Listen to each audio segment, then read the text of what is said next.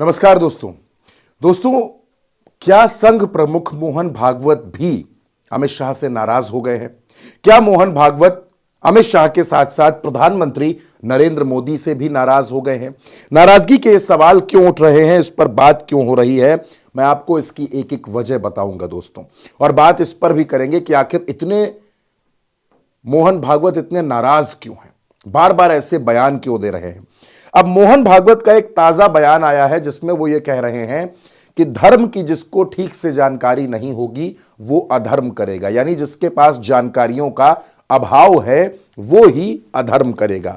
मोहन भागवत क्या कह रहे हैं, उनका बयान क्या है, सबसे पहले मैं आपको ये दिखाता हूं कि क्या कुछ चल रहा है। दोस्तों आप ये देख रहे हैं, ये खबर है दोस्तों, इसमें लिखा हुआ है कि धर्म को ठीक से समझना होगा, आधा अधूरा ज्ञान अधर्म को जन्म देगा। मोहन भागवत ऐसी बात क्यों कह रहे हैं दोस्तों? अमरावती में मोहन भागवत की तरफ से यह बयान सामने आता है। उन्होंने यह कहा कि धर्म को समझना बहुत कठिन है, धर्म के नाम पर होने वाले सभी उत्पीड़न और अत्याचार गलतफहमी और धर्म की समझ की कमी की वजह से हुए हैं। मोहन भागवत ने आगे दोस्तों यह भी कहा कि धर्म अहम है, ऐसे में इसके बारे में सही से सिखाया जाना चाहिए। लेकिन दोस्तों क्या मोहन भागवत ये पहली बार कह रहे हैं? तो नहीं, मोहन भागवत ने इसके पहले क्या कुछ कहा है उस पर भी बात करेंगे दोस्तों। देखिए हर तरफ मोहन भागवत के इस बयान की दोस्तों चर्चा चल रही है और उनके इस बयान पर खूब बातें हो रही हैं, लेकिन आप सबसे पहले भागवत के बयान की बड़ी बातों को समझने की कोशिश करिए। जो ये दो अहम बातें उन्होंने कही, मोहन भागवत ने यह कहा कि धर्म हमेशा से अस्तित्व में रहा है और सब कुछ इसके अनुसार काम करता है और इसीलिए इसे सनातन कहा जाता है। धर्म सत्य का आधार है, इसलिए धर्म की रक्षा करना बहुत जरूरी है।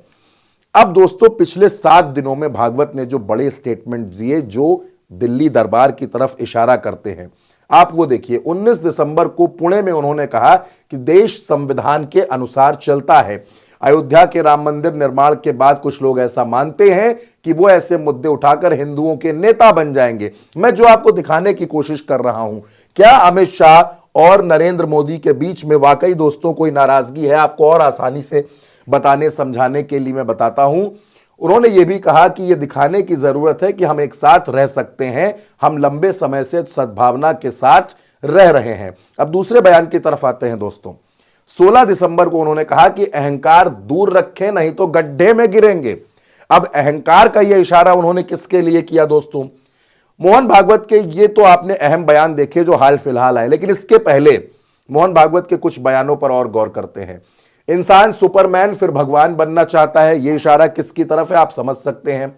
जब नतीजे आए लोकसभा चुनाव के तब मोहन भागवत ने कहा था कि संघ चुनाव नतीजों के एनालिसिस में नहीं उलझता है। बच्चे पैदा करने पर भी उन्होंने बयान दिया और सबसे अहम मुद्दा जो इस देश में है मणिपुर, मोहन भागवत ने कहा कि मणिपुर जल रहा है, इस पर कौन ध्यान देगा। 1 साल से मणिपुर शांति की राह देख रहा है, इससे पहले 10 साल शांत रहा और अब अचानक वो जो कलह वहां पर उपजी या उपजाई गई उसकी आग में मणिपुर अभी तक जल रहा है। प्राथमिकता से उस पर विचार करना होगा।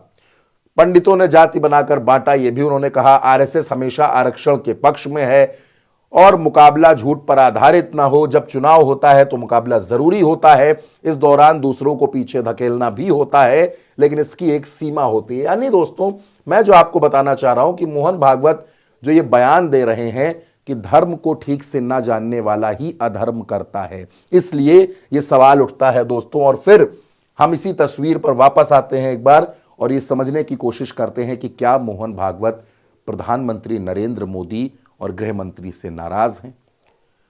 दोस्तों जब से बाबा साहब भीमराव अंबेडकर के अपमान का मसला चल रहा है तब से ऐसा कहा जा रहा है, सोर्सेस के हवाले से खबर है कि संघ ने भी यह हिदायत दी है कि इस मसले पर गंभीरता से विचार होना चाहिए क्योंकि इसका असर खराब हो सकता है। यानी जो बयान दिया गया जिस पर विपक्ष लगातार प्रदर्शन कर रहा है, अगर इसके बारे में सोचा ना गया, समझा ना गया तो यह नुकसान करेगा। मोहन भागवत के बयानों की एक लंबी फहरिस्त है दोस्तों, जिसमें मोहन भागवत नाराज दिखते हैं, खफा दिखते हैं और वो बार बार ये कहते हैं कि अहंकार से बचकर चलना होगा।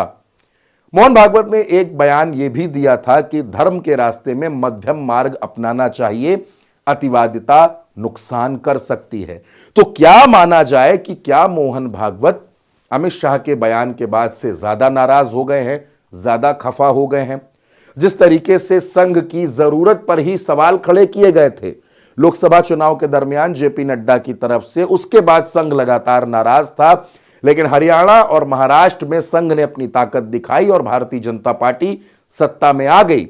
लेकिन अब जिस तरह से बाबा साहब के खिलाफ अपमान का मसला इस देश में लगातार बड़ा होता जा रहा है, उसको भी संघ देख रहा है और संघ को ऐसा लगता है कि यह बयान कहीं ना कहीं नुकसान करने वाला होगा, इसलिए इस पर भी सोचना होगा। दोस्तों, बार बार मोहन भागवत किसको हिदायत दे रहे हैं, बार बार मोहन भागवत किसको नसीहत दे रहे हैं, यह सवाल भी बेहद अहम है। दोस्तों, इस सवाल के जवाब में आप जो कुछ भी कहना चाहें, आप अपनी राय कमेंट बॉक्स में हमें जरूर बताइएगा।